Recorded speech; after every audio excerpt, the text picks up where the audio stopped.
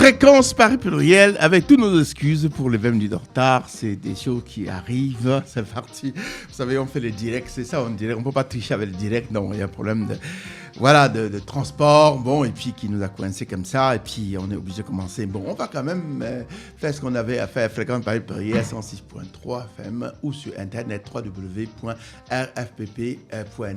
Et évidemment, j'espère que vous avez eu le temps de vous réveiller, de prendre votre café et de participer à l'émission Forum africain de ce jour, dont 01 40 05 06 10 pour intervenir dans le débat.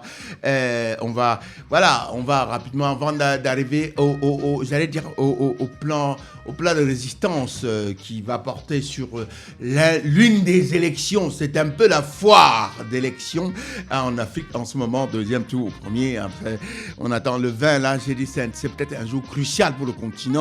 On verra ce que ça va donner. On prendra un cas, par exemple, et voilà, le Bénin, où c'est demain, vraiment, c'est où les choses, le suspense paraît plus sérieux. Voilà, rapidement, en 5 minutes, même pas. Un petit mot où nous habitons. Vous savez, ce qui s'est passé hier, on a enfin mis la main sur le cerveau de l'attentat du 13 novembre, un certain Salah Abdeslam. Voilà, blessé un peu, mais il est quand même sous les verrous, là, en Belgique, décidément. La Belgique doit être une espèce de QG de vraiment j'allais dire ceux qui massacrent les gens au nom d'Allah et à la demande de Daesh, là, comme ça. Et puis vous dire aussi que le débat sur la déchéance ou sur la loi de travail continue, hein, ce n'est pas fini, ça continue. Et puis vous dire aussi que le 14, cette semaine, était la journée de la langue française. Langue française, j'allais dire qu'il fait des petits, parfois bizarres, parfois métis, parfois compliqués, mais la France n'arrive même plus à rattraper et maîtriser sa langue. Tant mieux. Comme dit quelqu'un, la francophonie, c'est nous. Celui-là n'était pas, je vous assure qu'il n'était pas de couleur dans l'autre sens. Hein, parce que quand un blanc vous dit que vous êtes de couleur, il se trompe. Il retournez lui l'argument. Non, c'est vous la couleur. À l'étranger, un petit mot, à l'étranger, le Brésil est en train d'exploser. Vraiment, on dirait que c'est la période terrible pour ce qu'on appelle le groupe émergent, les BRICS. L'Afrique du Sud n'est pas mieux. Même chez Poutine, c'est pas mieux. La Chine, j'espère qu'il ne va pas nous contaminer avec sa crise économique qui va mal là-dedans. En tout cas, l'Afrique du Sud, en particulier, qui est sur le continent, qui nous intéresse plus particulièrement, ça va vraiment de plus en plus mal pour Zuma. Même les gens de son parti commencent, surtout un ancien co-détenu avec Mandela, demande que M. Zuma s'en aille parce que il fait tellement de dégâts qu'on n'est pas sûr de rattraper vraiment ces bêtises par la suite. On lui demande de partir. Le continent, je vous l'ai dit, on y reviendra dans un instant. Même Marguerite Lota, l'équipe est là, avec nos invités même déjà qui sont là, qui attendaient que les choses démarrent. Festival dont des élections, et puis au Congo dit Brazzaville. Je dis dit Brazzaville parce que après tout, on était obligé de garder Brazzaville. Hein, on aurait dû faire comme la première des choses quand Kwame Nkrumah est arrivé, c'était réafricaniser le nom de son pays, non plus le Côte Gosse, je sais pas moi, Côte d'Or ou je sais pas quoi. Voilà, alors que son voisin au foot Boigny a gardé, qui fait toujours sourire les Anglais, la Côte d'Ivoire, là où il y a les éléphants. Le Congo a gardé ce nom-là, alors qu'il y a des grands personnages congolais D'abord, il y a des gens de Congolais d'ailleurs qui appellent ça Ngoni, qui ne veulent pas garder le nom Congo. Hein. On en a vu la semaine dernière avec un de nos invités qui ne voulait pas prononcer. Il dit que pour lui, c'est le Congo, c'est le fleuve, c'est pas le nom du pays. Bon, on va pas refaire l'histoire. Hein. Voilà, on aurait dû faire ça. Demain aussi, c'est un jour. On ne sait pas ce que ça va donner. Bon, Koukao aussi là ou pas, on verra. Hein. Puis bon, au Niger, on va y revenir. Au Niger, il y a un seul candidat. Bizarre, mais on utilise le mot élection. On ne devrait pas. J'allais dire sémantiquement utiliser le mot élection, parce qu'il n'y a pas de choix, il n'y a pas de compétition. En tout cas, c'est peut-être le Bénin, peut-être le plus intéressant. J'oublie les référendums au Sénégal. On y reviendra la semaine prochaine dans le FAP. Forum africain, presse avec nos panélistes. On y reviendra la semaine prochaine. On va démarrer rapidement avec le plat central dont j'ai parlé et que Hortense va vous indiquer avec les invités. Bonjour Hortense. Bonjour Paul, bonjour à tous. Effectivement, ce matin, nous parlerons des élections présidentielles qui se déroulent sur le continent demain. Donc il y a le Congo, le Niger, le Bénin, effectivement. J'ai quelques soucis avec mon casque. Je suis désolée. Ça va? Oui, ça va. Rien. Donc là, nous parlons effectivement du Bénin, du Congo, du Niger et au passage du Sénégal si c'est possible, mais on espère que non parce que ce n'est pas le moment. Alors pour en parler, nous recevons monsieur Hamzat Boukari qui est historien. Bonjour monsieur. Bonjour, merci pour l'invitation. Qui fait d'excellents livres d'ailleurs. Également monsieur Pombou Lucien. Bonjour tout le monde. Déjà assez connu à cette antenne. On va dire ça comme ça. Bonjour Lucien. Bonjour Paul. Donc ça a l'air tout timide comme ça de démarrer, mais je sais que tout à l'heure quand on va lancer le sujet, ça partira. Oui, Donc, le feu est demi. Merci. Nous démarrons avec le premier sujet. Nous parlons effectivement du Congo, un premier tour de tous les dangers. Voilà. Il y a le président Sassou Nguesso qui est le président sortant-rentrant. En face de lui, il y a le général Moukoko et les autres membres. 7 autres candidats. Voilà, mais les deux qui font vraiment des figures de proue de cette opposition sont donc M. Sassou Nguesso, M. Salissa et puis aussi M. Tati Mabiala. Il y a une femme, je pense. Oui. Madame Claudine Munari. L'ancien ministre, oui. M. Kikumbu Kiabungu, M. André Okombi Salissa, M. Parfait Kolela, qui est, si me semble-t-il, le fils de l'autre, M. Anjou Ngambe, Michel Mboussingouria et puis Jean-Marie Michel Mokoko. Effectivement, ce sont les deux qui focalisent l'attention aujourd'hui au Congo, le président Sassou Nguesso et le général Mokoko. Alors, nos chers invités, est-ce un premier tour de tous les dangers ? Serait-ce un coup KO parce que l'expression a commencé à prendre de l'ampleur, elle fait florer sur le continent. Et même à s'exporter, ça commence à influer. Absolument. Alors, est-ce qu'on peut parler d'un premier tour de tous les dangers ? Je ne sais pas si c'est un premier tour de tous les dangers, mais disons que les impétrants à cette compétition électorale ont chacun leur point de vue. Le président de la République sortant, Denis Sassou Nguesso, estime, selon les critères qui sont les siens, qu'il va gagner dès le premier tour, compte tenu de l'éclatement, en fait, de l'opposition de ceux qui sont en face de lui. Vous avez le challenger le plus sérieux, Jean-Marie Mokoko, qui lui estime, en effet, que si les conditions sont respectées, si il n'y a pas de triche, si il n'y a pas de vol, donc lui pense qu'il y aura force, qu'il va gagner. Ou qu'il y aura au moins un deuxième tour. Et qu'il y aura forcément un deuxième tour. Donc, on voit bien si danger il y a, c'est à la fois sur l'interprétation des résultats, premièrement, et sur l'attitude que vont avoir l'un ou l'autre vainqueur. S'il y a un vainqueur, donc il y a forcément un vaincu. Quelle va être l'attitude du vaincu ? Est-ce que le vaincu va contester les élections ? Est-ce qu'il va demander qu'il y ait un comptage ou un recomptage des voix ? Est-ce qu'on va faire appel à la rue pour déclencher une violence politique ? Ce que l'on ne souhaite pas, mais souvent dans nos pays africains, quand on est vaincu, c'est souvent par la violence politique souhaité ou pas, ça peut arriver. Voilà, que l'on veut régler le problème. Donc oui, c'est un premier tour de tous les dangers. Il faut espérer que ce ne soit pas ainsi, que la violence politique ne se propage pas dans le système politique congolais. Oui, c'est beaucoup de si, beaucoup de conditions. Je crois que effectivement, on peut s'inquiéter. Je crois que le président sortant a mené la barque depuis le départ avec un référendum, un avancement des élections. Je pense qu'il mène la barque depuis le départ pour se maintenir au pouvoir. Et la véritable interrogation, ce sont les conditions dans lesquelles le président Sassou Nguesso partira à un moment ou à un autre. Je crois que c'est là que réside la véritable interrogation.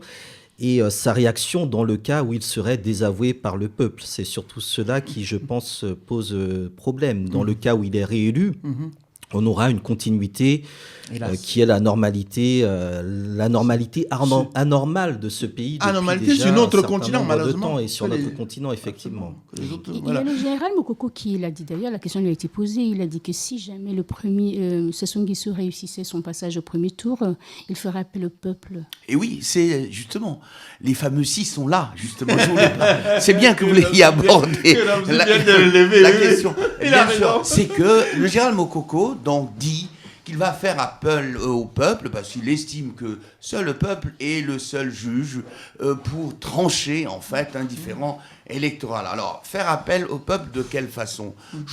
On peut penser que de façon violente. Si on demande en effet à la rue, au peuple de descendre dans les rues et de contester la victoire du président Sassou, que M. Mokoko estime comme non avérée, eh ben, j'ai bien peur que cela se traduise par la violence politique, que l'armée soit obligée effectivement pour mettre de l'ordre et de tirer. Oui, Lucien. Encore que le mot peuple est dans la bouche de ceux qui gouvernent notre continent, franchement, est-ce que ça a le même sens qu'en science politique ou véritablement, franchement, bon, la preuve c'est que souvent ils peuvent faire avoir des peuples analphabètes ou illettrés parce que c'est plus facile à diriger à ce pays-là. Enfin, Lucien, comme l'a dit Hortense, on se focalise sur les deux là parce que ce sont les militaires ou pas ceux qui ont le champ de gagner? Pourquoi? Parce que les deux sont militaires comme par hasard. Non, alors, je ne sais pas. On a 7 autres. Enfin. Oui, bien sûr. Il y a 7 autres, mais qui ne sont pas crédibles politiquement. C'est-à-dire que... les deux le sont alors, pourquoi ils le sont? Alors, pourquoi ils le sont, justement? D'abord, le président sortant, il l'est parce que c'est un habitué de la scène politique. Oui, parce qu'il ne veut pas partir. Depuis de nombreuses années. Mais non, mais tu me demandes pourquoi, je te dis pourquoi. Parce que c'est un habitué, effectivement, de la scène politique. Il a traversé toute l'histoire politique du Congo depuis les années 60. Absolument. Le général Mokoko est perçu dans la population congolaise comme celui qui a parfaitement réussi l'après-conférence nationale, a assuré la transition, a permis à ce qu'il n'y ait pas de violence après cette conférence nationale, comme on a pu constater dans d'autres pays. Donc, le général Mokoko aussi apparaît comme un militaire et dans, je dirais, la conviction des Congolais, comme quelqu'un d'assez sérieux, qui a fait des bonnes études militaires, bien entendu, qui a été un représentant... Responsabilité. Donc, d'interrégional. Il a été le représentant de l'Union africaine en RCA, donc en République centrafricaine, la MINUSCA. Il a été aussi le conseiller du chef de l'État, il faut le dire, Sassou Nguesso, pour des questions de paix et de sécurité. Alors, pourquoi lui et pas les autres ? Il est arrivé d'abord en retard dans la compétition, assez en retard, et l'opposition a été assez émiettée, éclatée, et donc n'avait pas assez d'issue parce que finalement ils ont créé une plateforme, la FROCAD et l'ICD, mais finalement ils avaient dit qu'ils choisiraient un leadership, ils choisiraient quelqu'un pour conduire toute l'opposition, et finalement, selon la théorie, c'est une position personnelle, selon la théorie de la politique du ventre, chacun va à l'élection présidentielle, non pas pour gagner. En pensant à lui. Mais en pensant à lui, parce qu'en faisant quelques voix, il dira au président, parce que le président, en animal politique, va dire, voilà, je veux construire maintenant une politique de partage du pouvoir, de semi-partage du pouvoir, pour la cohésion nationale. Donc, ces gens-là prennent acte. Je ne crois pas que ce soit le cas de Mokoko. Mokoko veut construire, je pense, une opposition durable. Mais pas cela, puisque quand on les regarde, au Combi Salissa, tous ces gens-là viennent, contestent non pas le pouvoir, mais contestent la personne de Sassou. Voilà la différence un peu. Qui, jusqu'en septembre dernier, était au pouvoir parfois avec eux. Sassou bien sûr, parfait collé là, par exemple, au Combi Salissa. Et même la dame en question. Mounari. Et donc, ces gens, en Afrique, pas simplement au Congo, quand ils sont au gouvernement, quand on les sort du gouvernement, ils deviennent tout de suite opposants. Mais c'est pas l'apanage de l'Afrique, on l'a vu en France avec quelqu'un comme... oui, en France, c'est partout dans le monde entier, une fois que quelqu'un est sorti, voilà. Je reviens sur... Effectivement, la semaine dernière, nous avons reçu sur ce plateau des opposants congolais, oui, des membres de l'opposition congolaise. Et dans la même journée aussi, j'ai assisté à une conférence de presse qui était donnée à l'occasion. Et j'ai l'impression que tous avaient fait allégeance autour d'une personne, le général Mokoko. Voilà, c'est-à-dire que le gros de l'opposition, on a l'impression que c'est... un échappatoire, parce que peut-être qu'ils sont pas... Je crois que, comme l'a rappelé Lucien, je crois que c'est effectivement celui qui a le plus de crédibilité, le plus d'envergure, d'une certaine manière, à assumer la position et surtout l'opposition au président sortant. Donc, bien évidemment, il y a un ralliement derrière lui. Maintenant, reste à savoir quelle sera la réalité de ce soutien après les résultats du premier tour.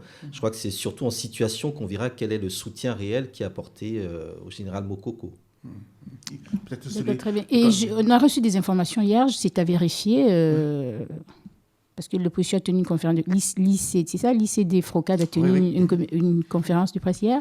Il semblerait qu'après cette conférence de presse, on ait demandé de leur logement, ils étaient encerclés hier soir. Ça, c'est l'information que j'ai reçue hier soir, venant directement communiqué du presse qui est venu directement de Brazzaville. C'est harceler, voilà, c'est ça. Mais ce sont les armes. Utiliser les moyens de l'État pour écraser l'opposition. Alors voilà, il y a le général Jean-Marie Mokoko, Guy Brice Parfait-Kolela et André Okombi Salissa les instructions ont été données pour encercler ce soir les leaders de l'opposition suivants. Donc voilà. Est-ce que l'information est avérée? Pour le moment, je n'ai pas de confirmation. Je leur ai demandé d'appeler, donc d'un moment à l'autre, s'il y a les personnes qui m'ont envoyé le communiqué, qui puissent, voilà. Alors, il faut, je crois, dans cette affaire-là, puisque, la campagne électorale s'est achevée, il faut faire attention, pour deux raisons. Bon, l'information peut être juste, parce que... Elle est à vérifier, là. Elle peut être juste et elle peut être avérée dans la mesure où, souvent en Afrique, le président sortant utilise des moyens d'intimidation pour, en fait... On l'a vu en Ouganda. Pour empêcher les opposants de se présenter. Ou pour faire peur aux électeurs, en disant, voilà, j'ai les moyens politiques... Voire à la communauté internationale. À la communauté internationale. Bon. Donc ça, c'est un premier. Il y a un deuxième élément qui peut être aussi, c'est pour ça que je suis assez équilibré, qui peut être aussi lié au fait que, est-ce que c'est de la désinformation? Est-ce que l'information en vaut la peine? Oui, dans les deux cas, d'une certaine manière. Mais la campagne étant terminée, pourquoi cet acte maintenant? Je pense que cet acte, c'est une sorte de piqûre de rappel. S'il est avéré, en fait, aux populations qui vont aller voter, attention, pour qui vous allez voter, parce que nous, les tenons en joue, nous sommes les maîtres du pouvoir. Il faut attendre les heures qui vont arriver pour voir si l'information est confirmée ou pas. Mais si c'est le cas, je veux dire, c'est intolérable dans une démocratie, ou plutôt dans ce que j'appellerais une proto-démocratisation. Quelque part, est-ce qu'on ne peut pas reconnaître au président Sassou Nguesso d'avoir été assez, comment j'ai dit, je sais pas, un peu de magnanimité, pourquoi ne pas utiliser l'expression? Parce qu'il a laissé faire le général Mokoko tout de même. Parce que quand on entendait les Congolais, tout le monde a battu campagne normalement. On sait que dès les premiers moments de la présentation de sa candidature, une fois qu'il s'était présenté, il a été un peu harcelé. Donc il a fallu, pour une histoire qui semble daterait il y a quelques années, l'histoire de la vidéo, il a été appelé, perquisitionné, etc. Mais tout le monde a cru qu'à un moment, peut-être que ça irait plus loin que ça. Et puis stop, on l'a laissé faire battre campagne. Est-ce que quelque part on ne peut pas dire qu'il a joué le jeu démocratique, le président? Non, Sassou est un vieil animal politique. Un vieil animal politique, il le fait pour montrer des gages, présenter des gages à la communauté internationale. En disant, voilà, quelqu'un, puis vous avez parlé Hortense de la vidéo, qui a voulu faire un coup d'État, vidéo avérée ou pas. D'ailleurs, le général Mokoko a dit, il a reconnu lui-même, même si les faits sont prescrits. Sassou était au courant depuis des années. Était au courant. Ils en ont discuté. Mais pourquoi on l'a fait ressortir? Mais on l'a fait ressortir. Mais alors, ça crée un trouble quand même. Sassou, je dis bien en vieil animal politique, montre à la communauté internationale en disant, voilà la personne qui se présente contre moi, mais qui, il y a quelques années, voulait quand même faire un coup d'État. Comme si lui-même n'en avait pas fait. Mais peu importe, Paul, c'est le message qu'il veut envoyer. Et s'il le laisse faire, il le laisse faire jusqu'au bout pour mieux montrer à la communauté internationale qu'il est démocrate, même si ce n'est pas le cas pour, justement, le reste de la communauté internationale. Non, mais Sassou a une très bonne communication et je pense qu'il est très bien concis à ce niveau et il gère le processus du début à la fin. Donc, à mon sens, il gère également d'une certaine manière la communication de ses opposants de manière détournée. Et c'est très intelligent, effectivement. Oui, en même temps, Paul, ce serait une dernière question. Voilà. C'est que cette communauté internationale parle bien, effectivement, de l'Union européenne. Elle n'enverrait pas d'observateurs, monsieur. Oui, elle n'enverra pas d'observateurs. Je pense qu'elle ne croit pas trop non plus à la crédibilité de ce scrutin. Et de toute manière, on sait bien que dans le cas de ce pays, le politique et l'économique sont contrôlés par des puissances et des multinationales que l'on connaît très bien. Donc, d'une certaine manière, les jeux sont faits à ce niveau-là. Et d'ailleurs, pour renforcer ce que dit ça, c'est la chose suivante. L'opposition, assez bêtement, a cru que le discours de Hollande à la francophonie à Dakar en 2014 allait être une sorte de soupape de sécurité. La naïveté mortelle qui nous caractérise, voilà. franchement. Attention, Paul, il ne faut pas prononcer mental. Hein. On a débattu là-dessus. Bon, donc, ça a été effectivement un élément important. Et le président Sassou, effectivement, intelligemment, dans sa communication, a réussi, au nom, justement, de la liberté et de la souveraineté des peuples, à faire comprendre au président Hollande que finalement le peuple congolais était mûr, entre guillemets, démocratiquement, et qu'on pouvait faire un référendum. Le président Hollande s'est retrouvé coincé. En fait, il ne pouvait rien faire que d'accepter. Or, le président Sassou, en vieil animal politique, a poussé beaucoup plus loin. Il s'est appuyé sur le lobby politique et militaire de ce pays en disant quelle est la personne qui peut le mieux représenter vos intérêts. Ça lui permet de faire la France-Afrique sans le faire, sans la faire, exactement. Dans la question d'Hortense, c'est vrai que même si ce n'était pas les raisons que les invités ont expliquées, ça me fait penser à quelqu'un qui a fait l'alternance, on le félicite. Il n'y a pas à le féliciter, il a respecté le texte. On va créer un prix Nobel de l'alternance. Je veux dire, c'est normal de laisser, je veux dire, si on croit même vraiment à la politique, à la démocratie, de laisser les concurrents ou les adversaires, pas ennemis. Malheureusement, ceux qui sont au pouvoir en Afrique, si vous êtes contre eux, vous êtes ennemis, mortels même. Mais laissez l'adversaire participer, se donner les moyens de la compétition. C'est normal. Il n'y a pas à féliciter, même si ce n'était pas pour raison. Nos invités ont expliqué la véritable raison, Hortense. Même si ce n'était pas ça, j'avoue que ça me paraît normal. Je ne félicite pas quelqu'un qui respecte la Constitution. Heureusement. Je veux dire, il manquerait que ça, quoi. S'il ne respecte pas. Non, ça me paraissait normal. Je voudrais, s'il vous plaît, Hortense, rajouter quand même. Bon, le texte constitutionnel n'a pas été assez mûri par l'opposition, il faut le dire. Et le président... Ils n'ont pas eu le temps. Ils n'ont pas eu le temps, mais oui, mais c'est ça justement. Il a anticipé les élections, il faut le reconnaître. C'est l'une des choses qui cherchait. Les élections étaient prévues au mois de juillet. L'animal politique dont vous parlez. Oui, mais c'est le problème aussi. Ça montre quoi? Que les partis d'opposition en Afrique deviennent des opposants une semaine ou un mois simplement avant les échéances. Au lieu de... Bon, pour Dieu, exagère. Mais non, j'exagère pas, c'est la réalité. C'est la réalité. Mais c'est la réalité, j'exagère pas. Une semaine. Mais non, quand je dis une semaine... Je comprends, mais oui, c'est une façon de parler. Je caricature, mais c'est une façon de parler. Et du coup, là, bon, on va voir quel est le vainqueur.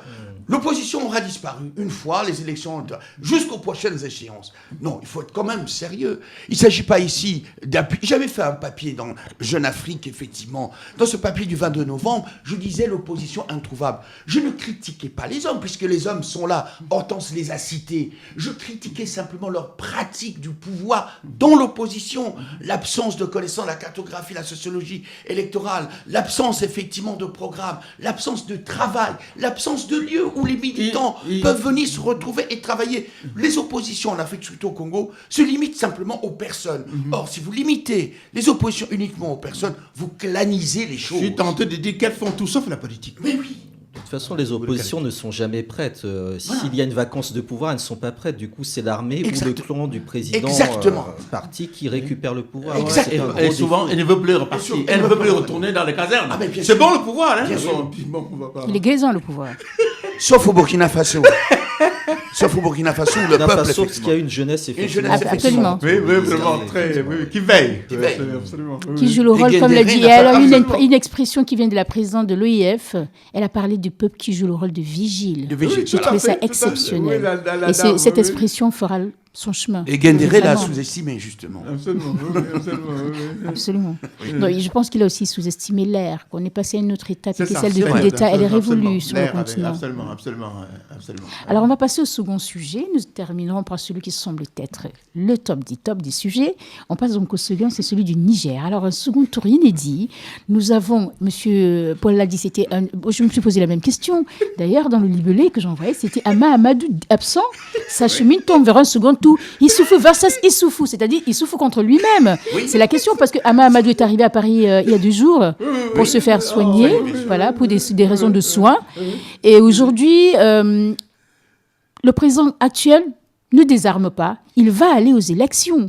Il harangue les foules. Il continue à battre campagne comme si de rien n'était. Alors la question, je commence par Hamzat, c'est qu'est-ce qui se passe au Niger ?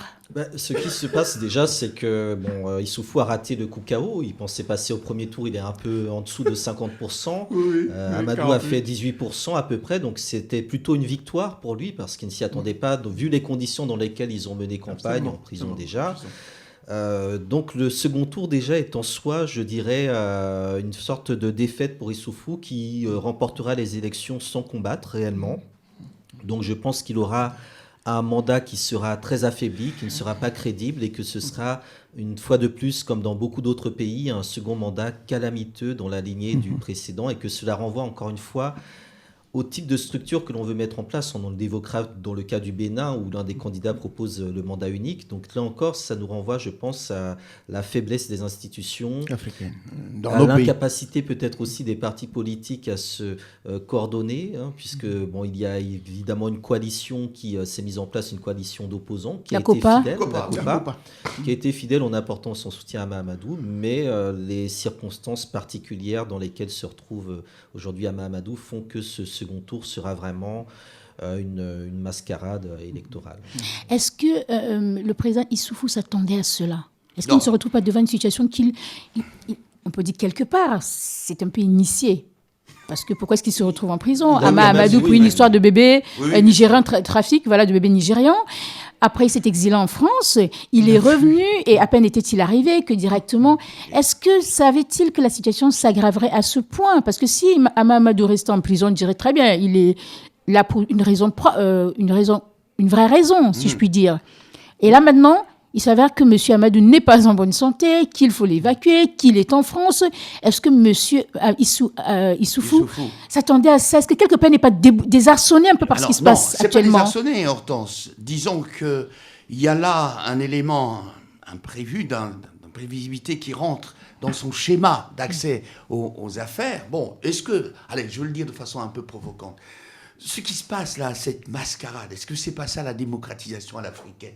Justement, des pouvoirs. Je le dis bien de façon très provocante, parce qu'il y a certains qui disent est-ce qu'il ne faudrait pas qu'il y ait une démocratie africaine ou une démocratie à l'africaine? Enfin, il y en a là, avec beaucoup d'Africains dedans.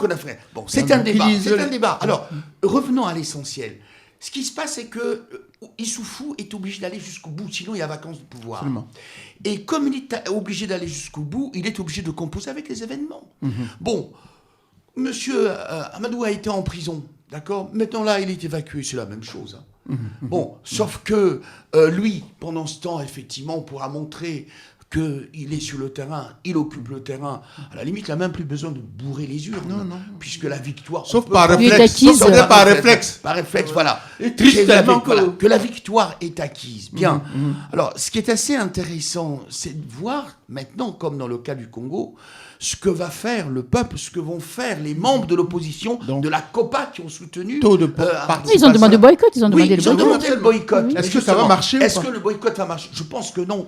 Les résultats seront proclamés. Je voulais seulement dire, dans cette affaire-là, même si la politique ressemble parfois au sport, c'est gagner sur le tapis vert. Oui. C'est très embêtant en politique, franchement. Donc, c'est très embêtant. Avec son péril, on triomphe son gloire. Oui, comme dirait le grand auteur Hortense, je crois que c'est Racine, c'est Corneille qui a dit ça. Alors, j'ajoute seulement que pour Amadou, là, qui est en Amadou, vraiment...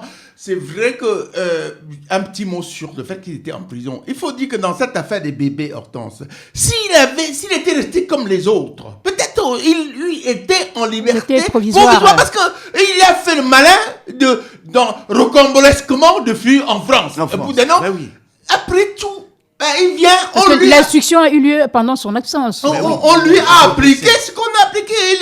Un certain temps en prison, après on verra si vous avez droit à la liberté provisoire ou pas. Après tout, c'est l'un des éléments de la justice. On commence d'abord par vous fermer un certain temps, et puis après on dit il y a des garanties, il ne peut pas partir. On le sort et l'affaire aura lieu après. Et il ne peut pas se plaindre d'avoir été en prison s'il n'avait rien fait. Oui.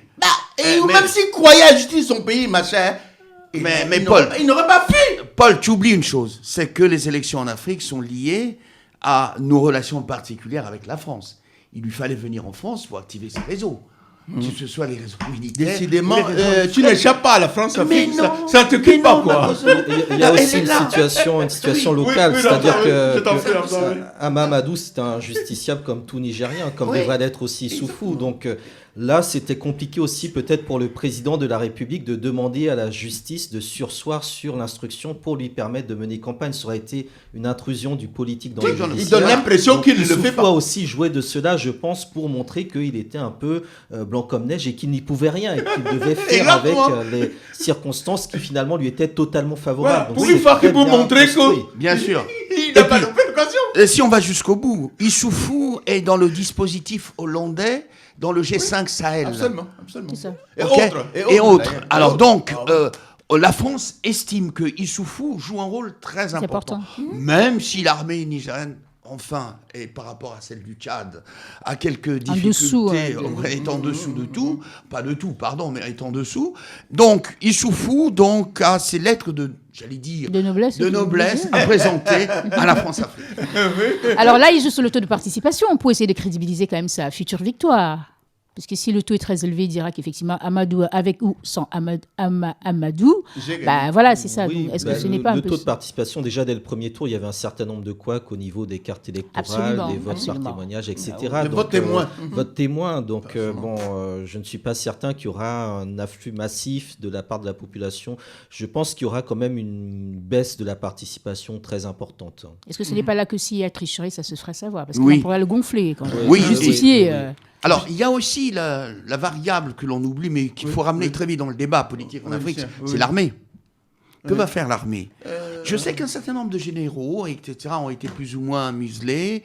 Bon, d'autres ont rejoint la Taxés de COPA, tentative etc. de- Voilà, c'est ça. Alors, Suspecté de suspecté vouloir de vouloir- penser à faire le coup d'État. C'est long, hein. Voilà. Bon, qu'est-ce qui va se passer? C'est une inconnue. Voilà. Bah, après, je crois qu'on a un parlement qui de toute manière est favorable à Issoufou, donc Oui, il n'y aura pas de absolument, cohabitation. absolument. Donc je pense qu'il a quand même un les boulevard, cartes il en est main. soutenu par la France, il a toutes Voilà. les cartes Là, en main pour rester ouais, pendant ouais. 5 ans et mener ensuite cette politique. Et peut-être ce qu'on leur souhaite, surtout pas qu'il n'y ait pas de vide. Franchement, bah oui, je c'est crois que clair. c'est Hortense Bien sûr. ou Oui, Michel c'est le qui a vide, parlé oui, oui. de vacances de pouvoir. De vacances C'est de pouvoir, très bien sûr. dangereux. Bah oui, très bien sûr. dangereux pour un pays. tout à fait. Franchement, Très- je pense, il y a un syndrome somalien. Oui. Il faut faire attention. Il m'est arrivé de dire que si j'étais vraiment obligé, je me ferais violent de choisir un État policier contre l'absence d'État. Ah, bah, c'est parce clair. que c'est très dangereux l'absence d'État. Bien On sûr. sait pas ce qui peut C'est arriver. arrivé. Voilà. Pour un pays limitrophe avec la Libye. Un peu de musique c'est et puis on va compliqué. continuer Ah un oui. peu avec. On attend vos appels, hein, 01 40 05 06 pour intervenir dans le débat. Merci. On va partir donc. Get to the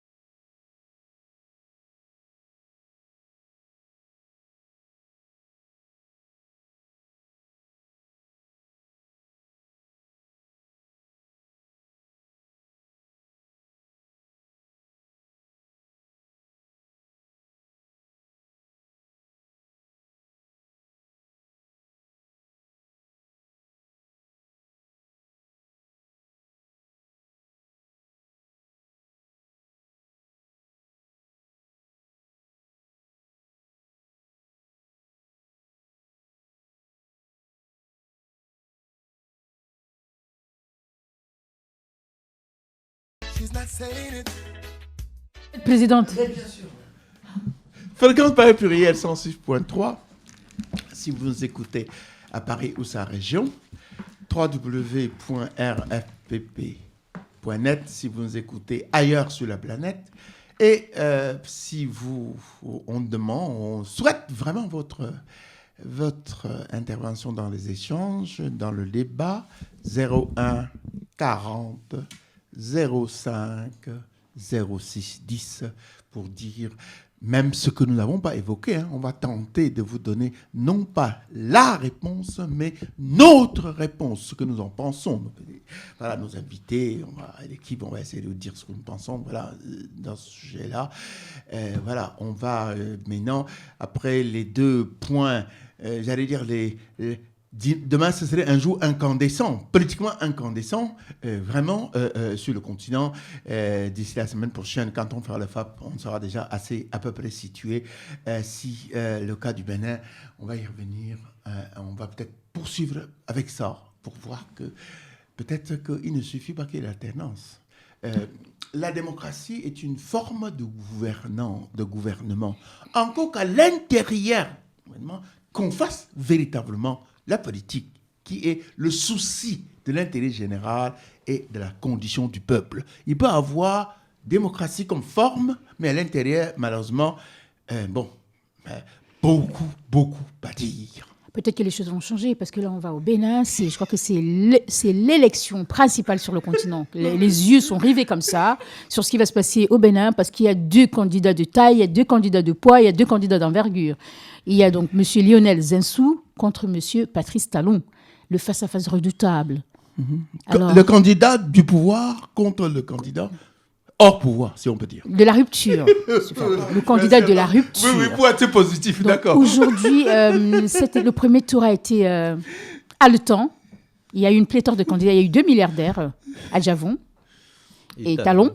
Voilà. Et puis, Zinsou, c'est un économiste. C'est toujours le monde de la finance. Financier international. Voilà. Donc, il en est sorti de ce premier tour. Donc, deux qui sont arrivés en tête. Zinsou avec 28% à peu près. Et Talon avec 24%. Donc, il se talonne vraiment de près. Hein. Talon, de près Zinsou. Très, très loin de Koukao. Voilà. Absolument. Très, très loin du Koukao. Et quelque part, on pourrait dire... La semaine dernière, je le disais ici, c'était pour moi les vraies élections. Parce que le résultat reflétait un peu ce qui est faisable un petit peu partout. 28%, 20%, pas des élections à 40, 35%, ça commençait à prêter à équivoque. Ça prête à équivoque. Alors là, nous avons 2 candidats extraordinaires qui vont s'affronter demain, mais bien avant se sont affrontés il y a 2 jours, le jeudi, sur le débat. Et ce qui est intéressant, le titre du débat, c'était « Moi, président ». Suivez mon regard. J'ai trouvé ça exceptionnel.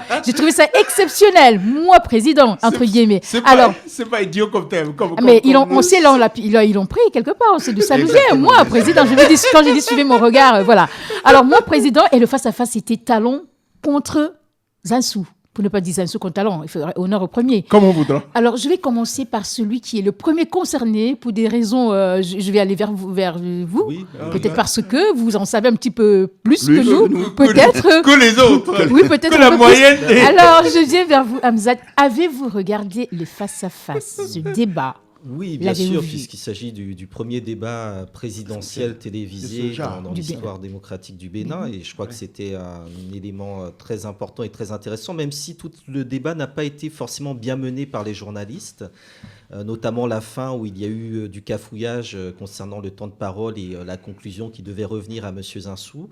Les 2 candidats ont également fourni leurs arguments par rapport à cette élection.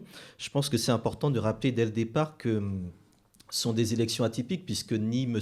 Talon ni M. Zinsou n'ont une expérience militante ou politique, ils n'ont pas de parti politique. Donc c'est la particularité du Bénin où on peut, à la première élection, devenir président de la République, alors qu'en général, il faut essayer une première fois, on échoue, on retente une deuxième fois. Donc c'est un pays qui, de ce point de vue-là, est très ouvert. Les résultats du premier tour ont montré que le pays ne se donnera pas facilement à un candidat plus qu'à un autre. On sait le rôle que joue Yahi Boni par rapport aux 2 hommes, c'est-à-dire que c'est lui qui a fait de Zinsou son dauphin, entre guillemets, et c'est Yahi Boni qui avait été financé lors des précédentes campagnes par Patrice Talon, qui donc a fait dissidence et qui est venu en exil en France et qui est rentré de France en octobre, donc bien après, enfin quelques mois après Zinsou.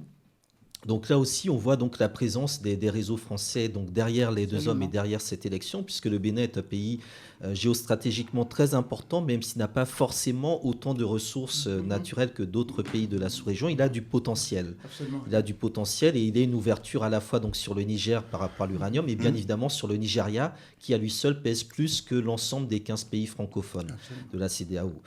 Je crois aussi que c'est très important de voir que les deux candidats ont travaillé différemment leur image. Donc Zinsou est venu habillé en costume local, entre guillemets, tandis que Talon est venu habillé en costume cravate occidentale, et que les pics ont également tourné sur les thématiques sur lesquelles on pensait être sortis concernant les origines françaises. Du coup, on ne sait pas qui c'est Ngé. Et que Zinsou a répondu en expliquant que Talon était descendant de négriers. Donc je pense que ce sont des choses un peu déplorables à ce niveau-là de la part de deux personnes qui veulent incarner donc cette image de chef d'État, de chef des armées, de chef de la diplomatie. Ce n'est pas rien. Et j'ai le sentiment que ni l'un ni l'autre n'ont forcément encore la carrure pour prendre la mesure des choses et que ce sera un duel très serré. Et selon vous, vous l'avez regardé, pour vous, qui en est sorti vainqueur? Parce qu'à chaque fois qu'il y a un face-à-face, c'est la première question. Selon vous, qui en est sorti vainqueur? Non, il n'y a pas de vainqueur. Il y a un débat, à mon avis. Il est équilibré, le débat? Alors, ce débat, non. Il y a quand même quelqu'un qui a eu le dessus. Oui, alors, Hortense, par rapport à ce que dit Hamza a bien campé, si vous voulez, le contexte, le décor, le cadre. Moi, je suis un peu déçu du débat, parce que ce débat, on attendait... Sur le fond Sur le fond, pas sous la forme, bien entendu. Même si ça avait été là une première expérience.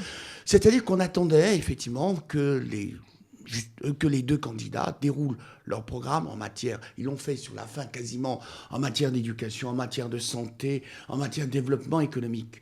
Or, la majeure partie du débat, ça a été des pics, des invectives sur le coton. Toi, tu auras du coton, qu'est-ce que tu as fait du coton?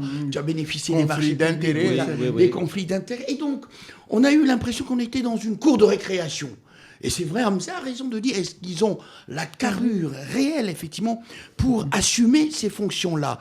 On sait qui est M. Talon. M. Talon a été l'homme de main, le financier de Yahi Boni, bien entendu. Pendant ces deux mandats. Il a bénéficié, effectivement, des passe-droits concernant les marchés publics sur le coton, ce qui a entraîné son enrichissement. Il est parti en France parce qu'on l'a accusé. Il y a des problèmes d'empoisonnement. Qu'il aurait été en relation avec la nièce de Yahi Boni pour attenter à la vie de Yahi Boni. Monsieur Zinsou, on sait c'est un économiste normalien qui a travaillé dans le cabinet de Laurent Fabius. Et c'est ce qu'on lui reproche du reste. Et qui a créé une fondation pour l'Afrique et qui a été nommé par monsieur Yahi Boni. Allez, pour apporter des lumières économistes concernant le Bénin. Et puis, il venait pour apporter une expertise. Et chemin faisant, il s'est dit, tiens, pourquoi pas... Voilà, justement, parce que quand il est arrivé, il y a de nombreuses personnes qui l'ont soupçonné de venir pour ce but. Mais il a dit non. Il a dit non. Je crois que aujourd'hui, c'est ça le problème, parce qu'il y a une cristallisation sur la personne de monsieur Zinsou, du mensonge. C'est normal qu'il dise non. À Zinsou. Ce qu'on peut reprocher à Zinsou, c'est de ne pas avoir fait cette rupture, justement, avec Yahi Boni. C'est-à-dire qu'il est dépositaire du double mandat finalement de Yahi Boni, de la même manière que Talon, sauf que Talon a été dissident un peu plus tôt, dès 2012 il est parti en exil, donc là aussi je crois que c'est une erreur stratégique de la part de Zinsou et que je pense qu'il ne connaît peut-être pas effectivement suffisamment la sociologie politique. C'est ce que monsieur Talon lui a reproché. Oui, il a dû se forcer. Il a dû se forcer pour porter les habits traditionnels. Mais on va revenir sur cet aspect c'est esthétique. On va revenir sur cet aspect aussi. Il n'est pas à l'aise dans les habits traditionnels. Il y a un problème. Il y a un problème qui le porte malgré lui. Il en fait trop. Il en fait trop. Exactement. Il en fait trop. Mais c'est normal qu'il soit maladroit. Non, mais on l'a pratiquement jamais vu en tenue, en costume cravate, alors qu'à Paris. Oui, tellement. Est-ce que ça aussi... Talon, le candidat à la rupture. Oui, finalement. D'ailleurs, quand il lui a parlé de la dualité Zinsou, moi je suis Talon. Ça dit le talon, quoi. C'est un nom purement français. Voilà. Oui, au sens propre. Oui. Talonnade. Non, mais Lucien a parlé de nomination. C'est pas seulement question de nomination, Lucien. C'est vraiment ce fait que Boni Yahi est venu à Paris. Il rentre une semaine après. Il est nommé. C'est trop flagrant. C'est enfantin. C'est idiot. C'est la France. Il n'était pas obligé de venir à Paris, se déplacer. bien Vous sûr. pouvez faire ça par téléphone. C'est tellement gros qu'on te dit qu'on est au commencement de la France-Afrique. C'est tellement gros, alors que les Africains ont dansé. À chaque fois que quelqu'un de soi-disant gauche arrive à voir en France, on n'a pas de naïveté Bien mortelle. sûr. Franchement, non, mais ils n'ont rien compris, ils n'ont toujours pas connu la France. Enfin, c'est pas ça. C'est ça qui pourrait. Ce que je dois retenir pour ce débat, ou même pour cette affaire, j'avoue qu'on a souligné tout à l'heure, c'est peut-être que malgré tout, le Bénin, petit comme ça vient de dire, petit par ses dimensions et tout, mais un potentiel vraiment pas négligeable. Bien pour sûr, pour oui. ne pas dire un mot. C'est vraiment cette. C'est-à-dire, ce débat-là, on dit que c'est une première. C'est-à-dire, dans toute la leçon en matière de démocratie, au moins formellement parlant. Il y a eu le débat en République centrafricaine. Je crois que le premier en Afrique, c'était entre toi absolument, et Dada, et ça commence à prendre corps Oui, sur le oui, continent. oui, dans un Oui, état, Hamzat, oui, Disons Hamzat. que le Bénin, c'est un laboratoire, c'est un pays qui a une Absolument. certaine stabilité Ce côté politique, laboratoire, qui favorise absolument. les affaires, une stabilité plus longue que la Côte d'Ivoire, qui sort d'une longue crise récente. C'est un partenaire très intéressant pour un certain nombre d'entrepreneurs. C'est un pays port qui de a du Cotonou. potentiel, Ou homme qui a d'affaires. des ressources humaines, une jeunesse très créative, une Tout diaspora à fait. plutôt performante. Donc c'est un pays effectivement qui attire les feux des projecteurs.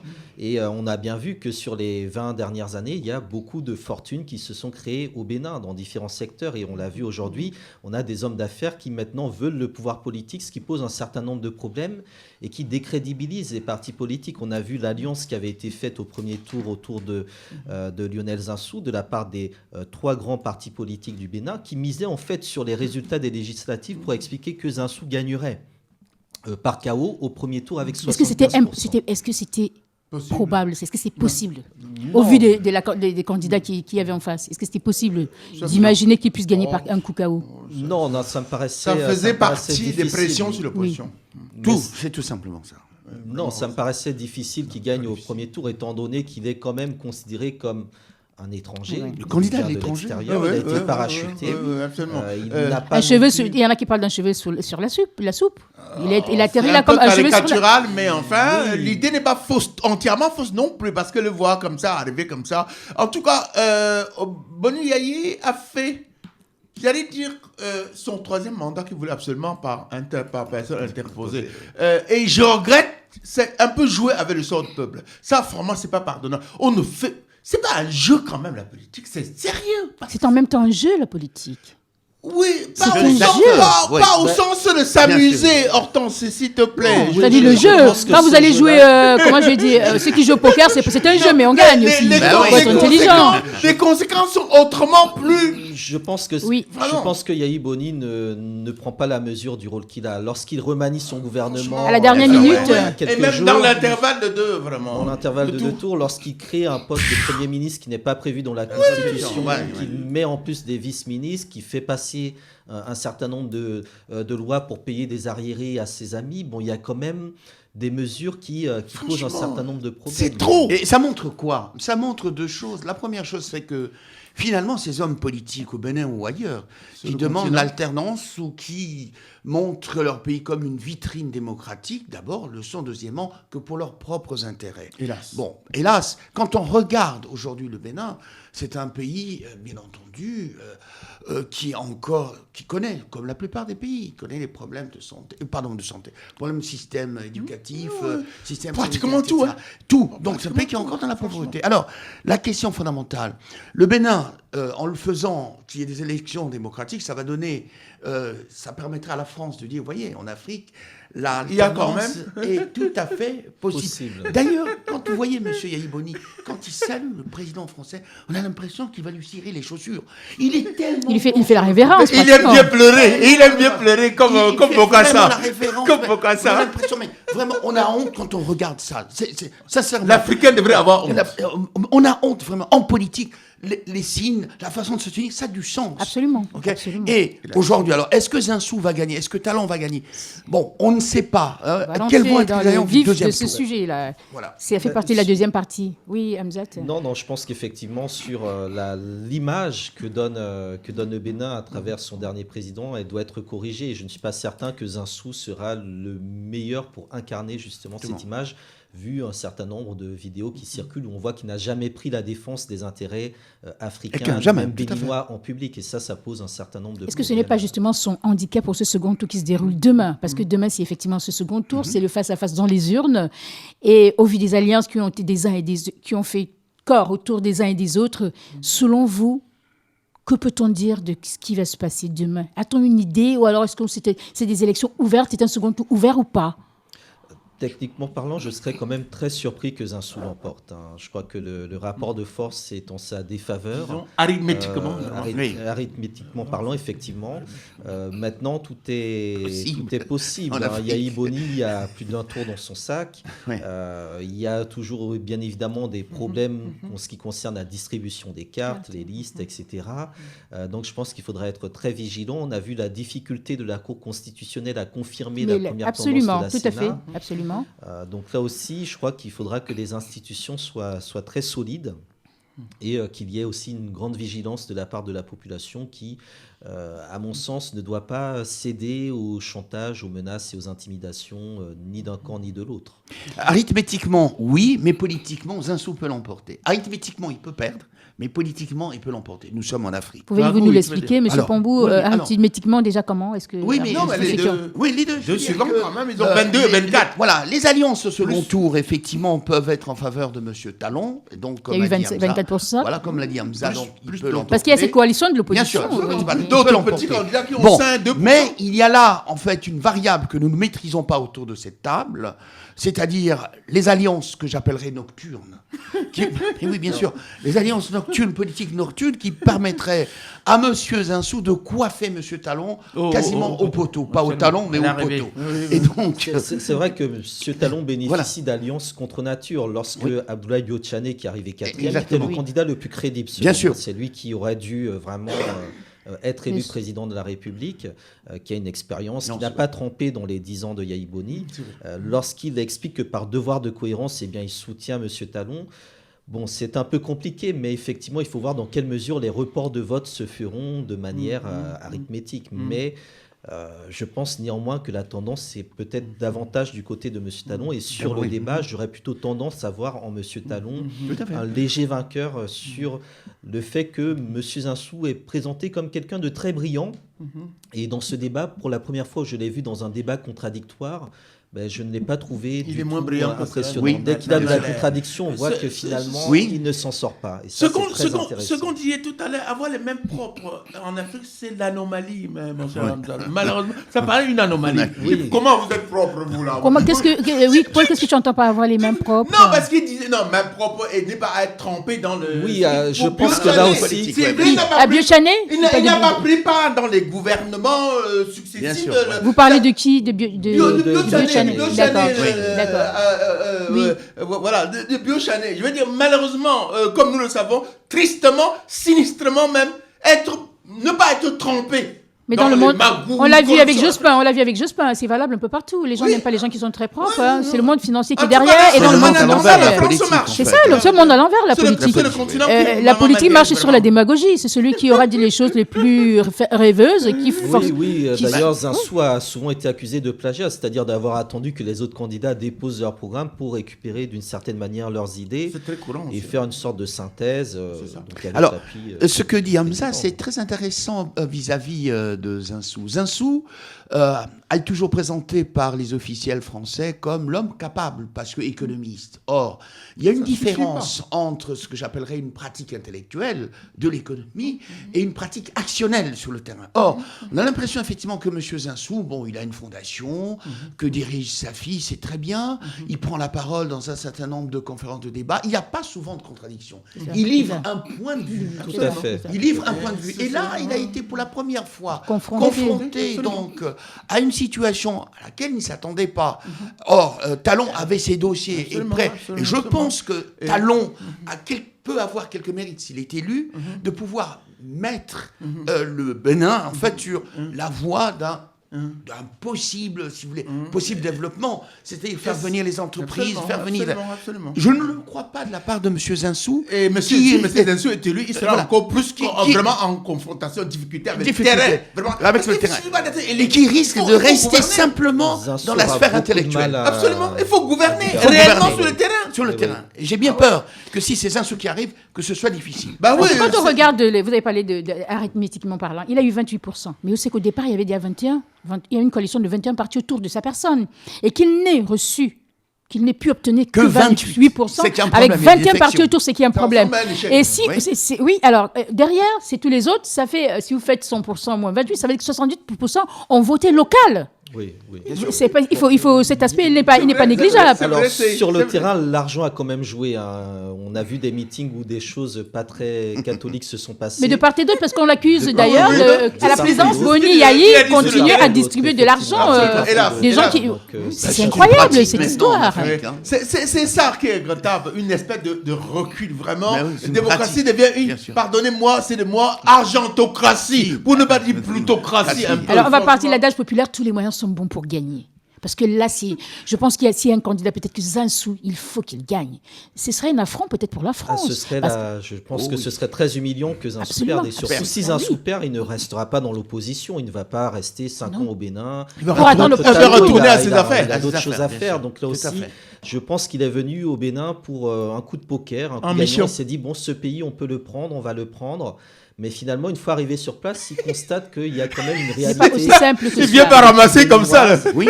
Qui est plus complexe, c'est qu'il ne suffit pas de venir de France avec des grands diplômes, avec une image d'homme neutre, sachant que la France est aussi un pays où se fabrique la corruption à l'égard du Bénin. Donc ça aussi, il incarne aussi une partie de cela vis-à-vis de certains de ses engagements au niveau de la Fondation Africa France.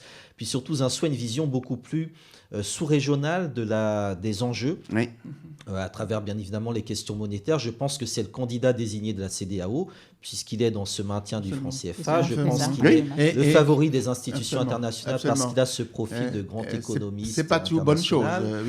Des multinationales, donc du MEDEF avec la Fondation Africa France, mais du point de vue du peuple béninois, il manque vraiment quelque chose. Donc il joue sur sa fondation Zinsou, qui, dirigé par sa fille, accueille effectivement beaucoup d'enfants. Il fait un travail socio-culturel formidable et passionnant. Qu'on ne peut pas nier. Mais les Béninois ont besoin de plus de choses. Il a amené des kits lumière, mais Talon lui a expliqué que à l'heure actuelle, au XXIe siècle, c'est quand même honteux pour un pays d'en être réduit à cela. Alors qu'à côté, on a la lumière, c'est avec le Nigeria, la problématique des délestages, c'est une problématique ancienne. Là, on a senti vraiment que il y a des choses à revoir. Et du point de vue de la question de l'agroalimentaire, Zinsou a expliqué qu'il a dirigé Danone, des grandes entreprises, etc.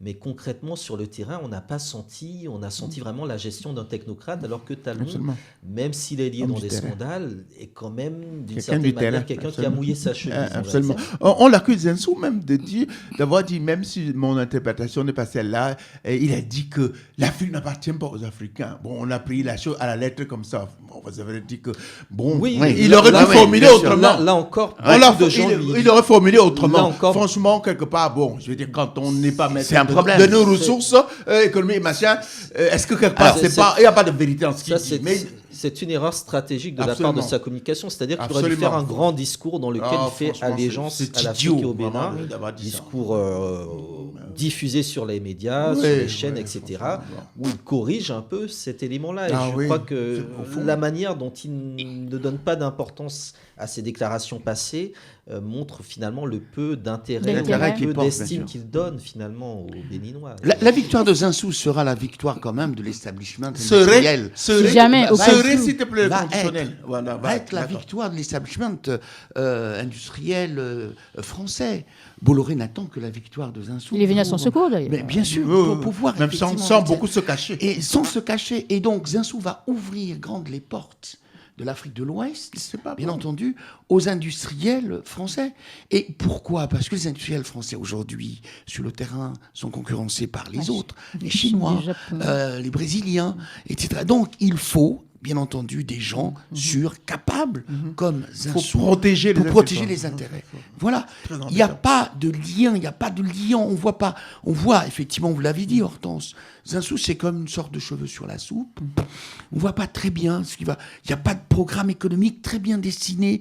On ne voit pas sur le plan de l'éducation, sur le plan de la santé, sur le plan des infrastructures. Il est là, candidat. Voilà, Ouais, point. ouais. Il est candidat. Disons que par rapport au profil dont il se vante, Se vante, son programme est très Léger. en dessous, très Très en léger, dessous, très très en léger, dessous. voilà.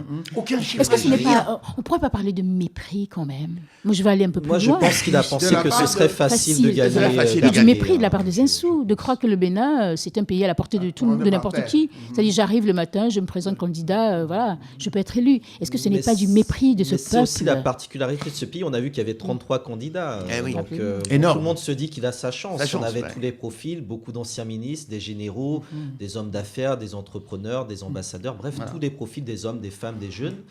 Et le Bénin a toujours été un peu comme ça. On se dit qu'on peut y arriver. Yahi Boni a été élu président sortant de nulle part. Il n'avait pas de parti politique. Non, Rien. non. Il venait de la banque. Voilà, donc, Ça on manquait. se dit que tout est possible dans ce pays. Et c'est ce qui fait aussi son charme. Son charme, du si point on de peut vue dire. de- D'où la difficulté derrière des gens, Boni, Zinsou, s'ils gagnent, ou même les autres, même Soglo avant. Je veux dire, que même quand vous avez, ou l'Occident a tout fait pour que vous soyez là, parce que vous êtes brillant, comme ça, là, je veux dire, scientifique, universitairement, vous êtes brillant. Ah, si ça Zinsou suffit pas de est faire élu, le sa petit- chute et sera voilà. phénoménale, Et je pense, voilà, après. quand on n'a pas le militantisme dans les gènes ou dans la pratique, c'est très difficile de Bien parce sûr, que sur le papier, c'est facile de gouverner. Ah bah oui. Je vous assure, quand vous êtes sur le terrain, Ah, c'est pas heureusement évident. que le peuple n'est pas une caserne. Ouais. Le chef dit tout le monde se couche. C'est très bien comme ça. Surtout le peuple béninois. Hein. Oui, si on peut dire. C'est ça. C'est beau. Il faut la pédagogie, la psychologie, un peu tout. Et puis.